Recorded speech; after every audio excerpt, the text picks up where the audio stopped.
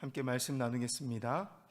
하나님은 이 출애굽한 이스라엘 백성들에게 하나님의 말씀이 기록된 증거판, 그 증거판을 주십니다. 법궤 안에 넣는 하나님의 말씀을 이야기하는 것이죠.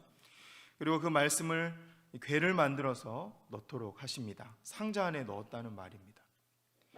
그래서 성경에 나오는 법궤가 된 것이죠. 21절을 보면 이 법궤의 뚜껑 부분을 속죄소라고 한다는 것을 우리가 알 수 있습니다. 그리고 22절을 보면 법궤 뚜껑 역할을 하는 속죄소 위에는 두 천사가 이렇게 날개를 앞으로 벌리고 서로 마주보고 있는 조각이 놓여 있는 그룹이 있다는 것을 우리가 말씀을 통해 확인할 수 있습니다. 22절에서 하나님은 바로 그 속죄소에서 내가 너를 만나고 행할 일을 말씀하겠다라고 말씀하십니다. 법궤의 구조를 보면 말씀이 이 법궤 안에 있고 십계명이 적혀있는 판이, 돌판이 아래에 있고 그 위에 속죄소, 뚜껑이 덮이는 거죠. 말씀을 기초로 하고 있는 것입니다.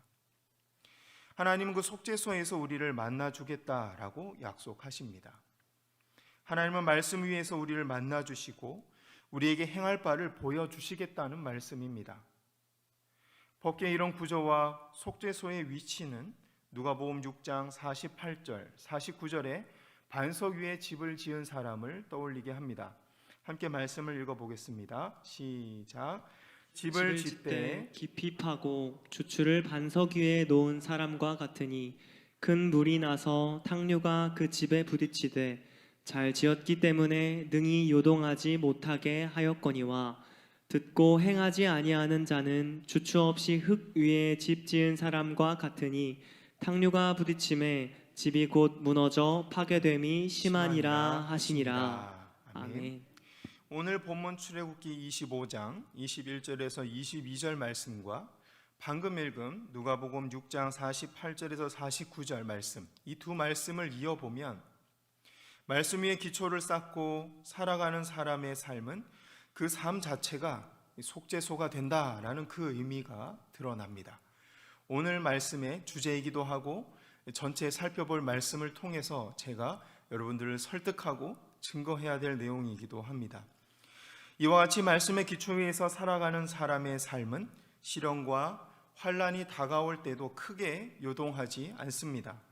기초를 잘 쌓은 집 앞에 나오는 누가복음 6장 43절, 45절 말씀에 의하면 이 환난과 핍박 속에서도 말씀을 붙들고 크게 요동하지 않는 삶, 그 자체가 좋은 열매다라고 하나님이 말씀하셨습니다.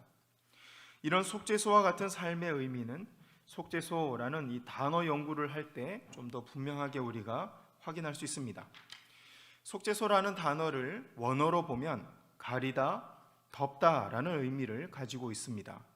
즉 속죄소라는 단어는 우리의 죄가 예수 그리스도의 은혜로 덮여지고 옳다함을 받는 곳이라는 의미를 가지고 있는 것입니다. 속죄소가 가지는 또 다른 의미는 하나님의 임재하심입니다. 옛날 성경인 개역 한글판 성경으로 역대상 28장 2절 말씀을 보면 여호와의 언약궤 곧 우리 하나님의 발등상이라는 말씀이 나옵니다. 이 말씀은 언약궤가 가는 곳이 바로 하나님의 발등상, 하나님이 임재하시는 곳이다 라는 의미가 포함되어 있습니다. 속죄소라는 단어는 우리의 죄가 가려지는 곳, 그리고 하나님께서 임재하시는 곳이라는 두 가지 의미를 가지고 있는 것입니다. 이어보면 우리의 죄가 사해질 때 하나님이 임재하신다는 것이죠. 우리가 거룩한 상태가 유지되어야 하나님이 우리를 만나 주실 수 있기 때문입니다. 여기서 우리는 속죄소가 법궤를 덮는 뚜껑이라는 점을 기억해야 됩니다. 오직 말씀의 기초 위에서만 우리의 죄가 가려지고 하나님의 임재가 있는 속죄소가 세워질 수 있는 것입니다. 속죄소가 가지고 있는 이런 의미들을 우리의 삶에 적용해 보면 말씀을 우리 마음속에 품으면 그 심령이 법궤가 된다라는 의미입니다. 말씀을 우리 심령에 품으면 우리의 심령이 하나님 거하시는 지성소가 되고 성전이 되며 또한 법궤가 된다라는 뜻입니다. 그리고 심령에 기록된 말씀을 기초로 살아갈 때 우리의 죄가 가려지고 우리의 삶 위에 하나님의 은혜가 덮인다라는 뜻입니다. 즉 우리의 심령이 법궤가 되고 법궤를 따라 행하는 우리의 모든 삶이 속죄소가 되는 것입니다. 구약 성경의 메시아에 대한 예언과 신약 성경의 예수를 통한 예언의 성취, 이런 말씀들을 살펴볼 때 이에 대한 우리가 더 큰 믿음을 가질 수 있을 줄 압니다. 구약의 예언의 말씀 예레미야 31장 33절 34절 말씀 함께 읽어보겠습니다. 시작. 그러나 그날 후에 내가 이스라엘 집과 맺을 언약은 이러하니 곧 내가 나의 법을 그들의 속에 두며 그들의 마음에 기록하여 나는 그들의 하나님이 되고 그들은 내 백성이 될 것이라. 여호와의 말씀이니라. 그들이 다시는 각기 이웃과 형제를 가리켜 이르기를 너는 여호와를 알라 하지 아니하리니 이는 작은 자로부터 큰 자까지 다 나를 알기 때문이라. 내가 그들의 악행을 사하고 다시는 그 죄를 기억하지 아니하리라. 여호와의 말씀이니라. 아멘. 성경은 성령을 받게 되면 가장 먼저 하나님의 말씀이 마음속에 기록될 것이다 라고 말씀합니다. 방금 읽은 33절 말씀이 그런 뜻인 것이죠. 법궤 안에 십계명이 기록된 돌판이 놓였던 것처럼 우리의 마음 안에 하나님의 말씀이 기록되는 것입니다. 그래서 하나님의 뜻이 무엇인지, 내가 어떤 말씀에 순종하기를 원하시는지, 무엇이 선이고 무엇이 악인지 분별할 수 있는 능력이 우리 안에 생긴다라고 또한 이어지는 34절 말씀이 말씀하고 있습니다. 이 말씀과 관련이 있는 에스겔서 말씀에서 하나님은 성령님께서 말씀대로 살아갈 수 있는 능력 또한 주실 것이다 말씀하고 있습니다. 에스겔서 36장 27절 말씀 함께 읽습니다. 시작. 또 내 영을 너희 속에 두어 너희로 내 율례를 행하게 하리니 너희가 내 규례를 지켜 행할지니라. 아멘. 우리는 원죄와 자범죄로 인해 하나님 율법을 도저히 지킬 수 없었던 존재였습니다. 그래서 하나님은 성령께서 우리가 하나님의 말씀을 행할 수 있도록 돕겠다라고 약속하고 계십니다. 그러므로 이제는 우리가 연약하기 때문에 하나님의 말씀을 지킬 수 없다고 아무도 핑계할 수 없게 되었습니다. 말씀대로 살지 않고 말씀에 순종하지 않는다는 것, 변화되지 않는다는 것은 그 사람 안에 성령께서 역사하시지 않는다, 하나님께 말씀을 알매도 불구하고 불순종하고 있다는 반증이 될 뿐입니다. 그래서 하나님은 에스겔서 36장 27절에서 너희가 내 규례를 지켜 행할지니라, 왜냐하면 내가 능력을 너에게 주었기 때문이다 라고 말씀하고 계십니다. 마지막으로 이런 성령의 임재하심은 빈부 귀천을 떠나 모두에게 공평하게 임하게 될 것이라고 말씀하십니다. 요엘서 2장 28절 29절 말씀입니다. 함께 읽습니다. 그 후에 내가 내 영을 만민에게 부어주리니 너희 자녀들이 장래일을 말할 것이며 너희 늙은이는 꿈을 꾸며 너희 젊은이는 이상을 볼 것이며 그때 내가 또 내 영을 남종과 여종에게 부어줄 것이며. 아멘. 28절을 보면 하나님께서 하나님의 영을 부어주시겠다라고 약속하십니다. 그리고 누구에게 부어줄 것인지 그 대상이 나오고 있습니다. 먼저는 다음 세대를 책임질 자녀들에게 하나님의 영 성령을 부어주겠다라고 약속하십니다. 그리고 늙은이에게도 성령을 부어주겠다라고 약속하십니다. 어르신들 기분 나빠하지 마십시오. 여기 나오는 늙은이라는 것은 지나간 세대, 앞서간 세대, 앞서 신앙생활을 한 세대, 앞서 하나님을 만난 세대를 뜻합니다. 그리고 오랫동안 하나님을 경험한 세대, 하나님에 대한 경험과 지식과 지혜가 많은 세대, 무엇이 하나님이 원하시는 것인지, 무엇이 선인지 악인지 분별할 수 있는 그 지혜를 가진 세대를 가리켜 여기에 늙은이라고 표현하고 있기 때문입니다. 앞으로 이 단어를 들을 때마다 감사하게 받으시기 바랍니다. 세 번째로 젊은이들에게 성령을 부어주겠다라고 말씀하십니다. 현재 이 나라와 이 가정을 책임지고 있는 세대에게 하나님이 성령을 부어주겠다라고 말씀하신 것이죠. 마지막으로 어느 시대, 어느 사회에서나 인격적으로 존중받지 못했던 하층민들, 이 종들에게도 성령을 부어주겠다라고 약속하십니다. 하나님은 요엘서 말씀을 통해서 모든 세대와 모든 계층에 공평하게 성령을 부어주겠다라고 약속하고 계신 것입니다. 그래서 요엘서 2장 32절은 누구든지 여호와 이름을 부르는 자는 구원을 얻는다라고 말씀하고 있습니다. 화면에 말씀 나가고 있죠. 구약의 메시아에 대한 이런 예언의 말씀들은 신약의 예수 그리스도를 통해서 성취되고 있습니다. 앞서 살펴봤던 구약의 예언의 말씀들이 이루어졌다는 사실을 고린도전서 1장 30절 말씀이 보여주고 있습니다. 함께 읽어보겠습니다. 시작. 너희는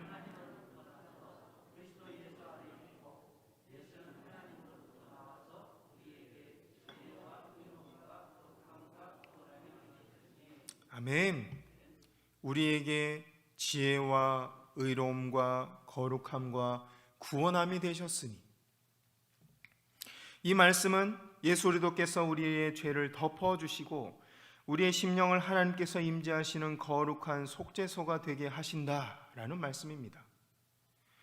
30절 말씀을 자세히 살펴봅니다. 예수님은 우리의 지혜가 되신다라는 말씀이 나오고 있죠. 우리의 마음에 새겨주신 말씀을 통하여 하나님의 마음과 그분의 뜻을 깨닫는 분별력, 그 지혜를 주시겠다라는 말씀입니다. 두 번째는 예수님이 우리의 의로움이 되신다라고 말씀하십니다. 우리가 구원을 받기 위해 충족시켜야 할 율법의 요구, 율법을 하나도 어기지 않는 상태를 예수님께서 이 땅에 육신을 입으시고 오셔서 다 이루어 주셨습니다. 믿는 우리에게 예수님의 완전한 삶을 그리고 덧입혀 주셨습니다. 그래서 성도는 율법 앞에서 의로운 자로 설 수 있게 되었습니다. 더 이상 율법을 어긴 사람들이 받게 될 심판과 징계를 두려워하지 않아도 되는 이 평강의 상태, 평안의 상태에 들어가게 된 것이죠. 세 번째, 예수님이 우리의 거룩함이 되신다라고 말씀합니다. 이 거룩함은 예수님이 우리를 깨끗하게 하는 속죄소가 되게 하신다는 사실을 이 믿음으로써 얻게 되는 거룩함입니다. 우리 행위로 얻는 거룩함이 아니에요. 믿음으로 얻는 거룩함입니다. 일전에 새벽에 잠깐 나눴던 것처럼 세상은 부정의 원리가 적용되고 부정의 원리로 돌아갑니다. 부정한 것과 부정한 것이 만나도 부정해지고, 부정한 것과 거룩한 것이 만나도 부정해지고, 세상은 시간이 흘러갈수록 모든 것이 오염되고 부정해질 뿐입니다. 그게 율법의 원리이고 부정의 원리입니다. 법대로 살아가는 삶인 것이죠. 또 한번 부정해진 것은 제사를 통해서 정결해질 수는 있지만, 한번 씻어낼 수는 있지만 죄를 전혀 모르는 거룩의 상태로 돌아갈 수는 없습니다. 이것은 세상의 그 어떤 존재도 거룩한 천국에 들어갈 수 없다는 것을 의미합니다. 또 이것은 세상에 거룩한 것은 전혀 존재하지 않는다는 뜻이기도 합니다.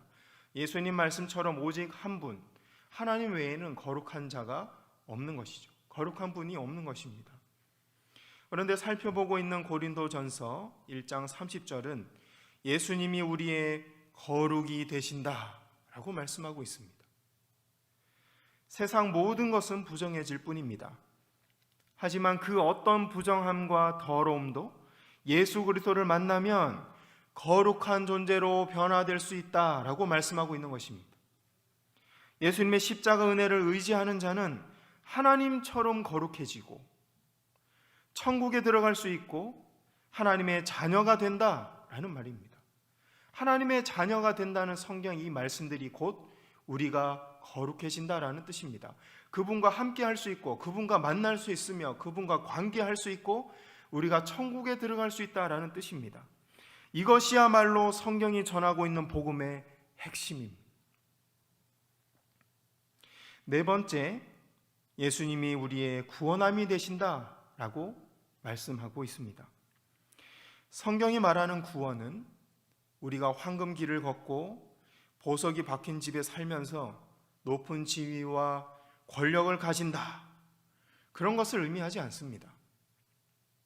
성경이 말하는 구원의 기초와 핵심은 하나님과 동행하며 함께 사는 것입니다. 이것은 앞서 살펴봤던 거룩이 전제될 때만이 가능한 것이죠. 그래서 누가복음은 성령을 받고 하나님과 동행하는 순간부터 천국이 너희 안에 시작될 것이다 라고 약속하고 있습니다. 구원은 미래에 우리가 죽어서 천국에 들어갈 때 완성될 것입니다. 하지만 구원은 예수님을 영접하는 순간 믿는 성도 안에 부어주시는 성령님을 통해서 이미 시작되고 있습니다. 성령님께서 성도 안에 내주하시고 동행하심으로 구원이 시작되고 이루어져 가는 것입니다. 그래서 고린도전서 1장 30절, 방금 읽었던 이 말씀은 예수님은 우리의 구원이 되셨다, 과거형으로, 확정형으로 말씀하고 있습니다. 또 다른 말씀은 예수님께서 언약을 성취하신 방법은 이 자기 자신을 제물로 내어주심으로 되었다라고 말씀하고 있습니다. 구약의 모든 예언을 예수 그리스도께서 자신을 제물로 내어주시는 이 순종의 삶을 통해서 성취하셨다라고 말씀하고 있는 것이죠. 로마서 3장 25절 말씀 함께 읽어보겠습니다. 시작. 이 예수를 하나님이 그의 피로써 믿음으로 말미암는 화목 제물로 세우셨으니 이는 하나님께서 길이 참으시는 중에 전에 지은 죄를 간과하심으로 자기의 의로우심을 나타내려 하심이니. 아멘. 이 말씀을 헬라어로 찾아보면 예수 그리스도를 가리키는 화목 제물, 방금 읽은 말씀에 화목 제물이 나오죠. 이 화목 제물이라는 단어가 구약의 속죄소라는 단어에서 나왔다는 것을 우리가 확인할 수 있습니다. 전미어만 조금 다르고 같은 단어를 쓰고 있기 때문입니다. 속죄소라는 단어와 화목제물, 예수 그리스도라는 단어가 같은 단어인 것입니다. 이것은 예수 그리스도께서 단절되었던 하나님과 인간 사이의 관계를 회복시킬 화목제물 되신다라는 의미입니다. 예수님의 십자가가 곧 속죄소, 하나님을 만나는 장소라는 것입니다. 말씀에 순종한 예수 그리스도의 삶의 결정체였던 이 십자가는 우리들의 죄가 가려지는 곳이 되었고 우리들이 하나님의 임재를 경험하는 곳이 된 것입니다. 예수님은 자신의 삶을 철저하게 하나님 아버지의 말씀 위에 세워 가셨습니다. 그래서 좁은 길을 걸으며 고통당하셨고 결국에는 죽임당하셨습니다. 그러나 예수님의 그런 모든 삶이 속죄소가 되었습니다. 예수님께서 걷고 보고 만지고 대화 나누는 모든 것들에서 어둠이 물러갔고 죽었던 영혼들이 살아나기 시작했으며 하나님을 보지 못한 자들이 빛을 보기 시작했습니다. 하나님 말씀에 목숨을 걸고 순종하신 예수님은 많은 사람들을 거룩하게 만들고 구원하는 걸어다니는 속죄소, 살아있는 속죄소가 되신 것입니다. 로마서 12장 1절 말씀 제가 읽어드리겠습니다. 그러므로 형제들아 내가 하나님의 모든 자비하심으로 너희를 권하노니 너희 몸을 하나님이 기뻐하시는 거룩한 산 제물로 드리라. 이는 너희가 드릴 영적 예배니라.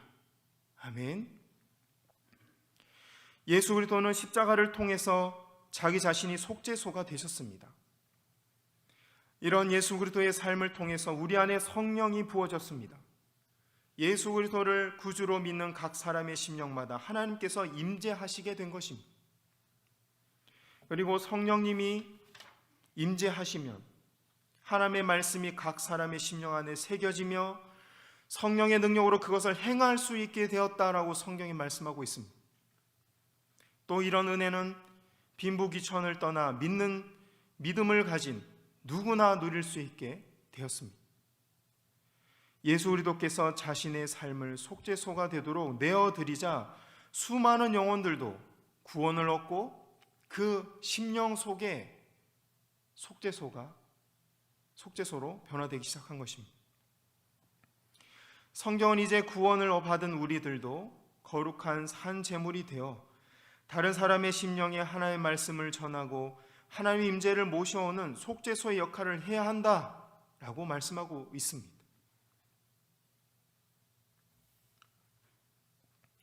예수 그리스도께서 달리신 십자가는 인류의 모든 죄와 질병과 고통을 덮어주는 속죄소가 되었습니다. 고난의 장소였지만 구원의 장소가 된 것입니다. 그래서 이제는 예수님의 십자가라는 속죄소를 통하여 하나님의 임재하심, 하나님의 거룩하심이 악한 이 땅, 부정한 이 땅, 거룩이 없는 이 땅에 하나님의 임재하심이 시작되고 들어오게 된 것입니다. 십자가를 통해서, 속죄소를 통해서.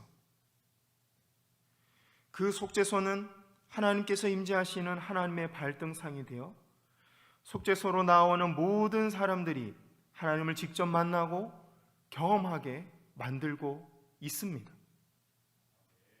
이 은혜 아래서 우리가 하나님의 말씀을 삶의 기초로 놓고 살아갈 때, 말씀에 순종하는 삶을 살아갈 때 하나님께서 우리의 불완전한 순종 위에 예수 그리스도의 십자가 공로를 덮어 주실 것입니다. 율법에 벗어남이 없는 완전한 예수님의 삶을 우리 위에 덧입혀 주실 것입니다. 그리고 우리를 거룩하다, 존귀한 자다, 내가 너를 통해 기쁨을 누린다라고 말씀하십니다. 그리고 우리가 말씀에 순종하는 그곳에 임재하실 것입니다.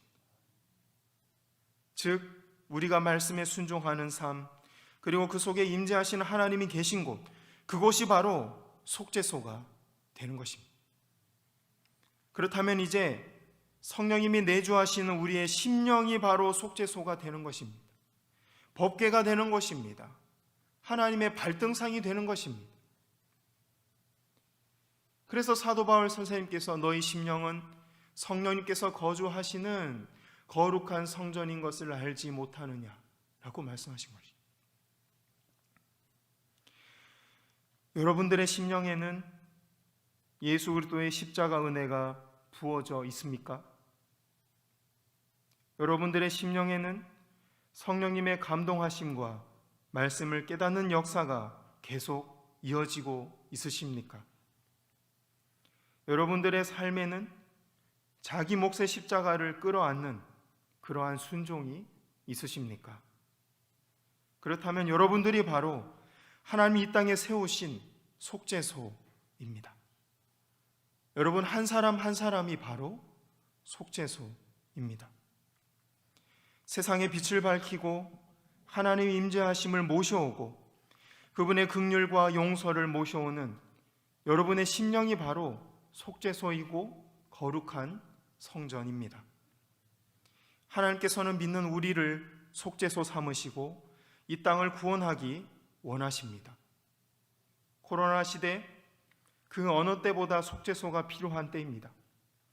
하나님의 용서와 긍휼과 회복이 필요한 때입니다.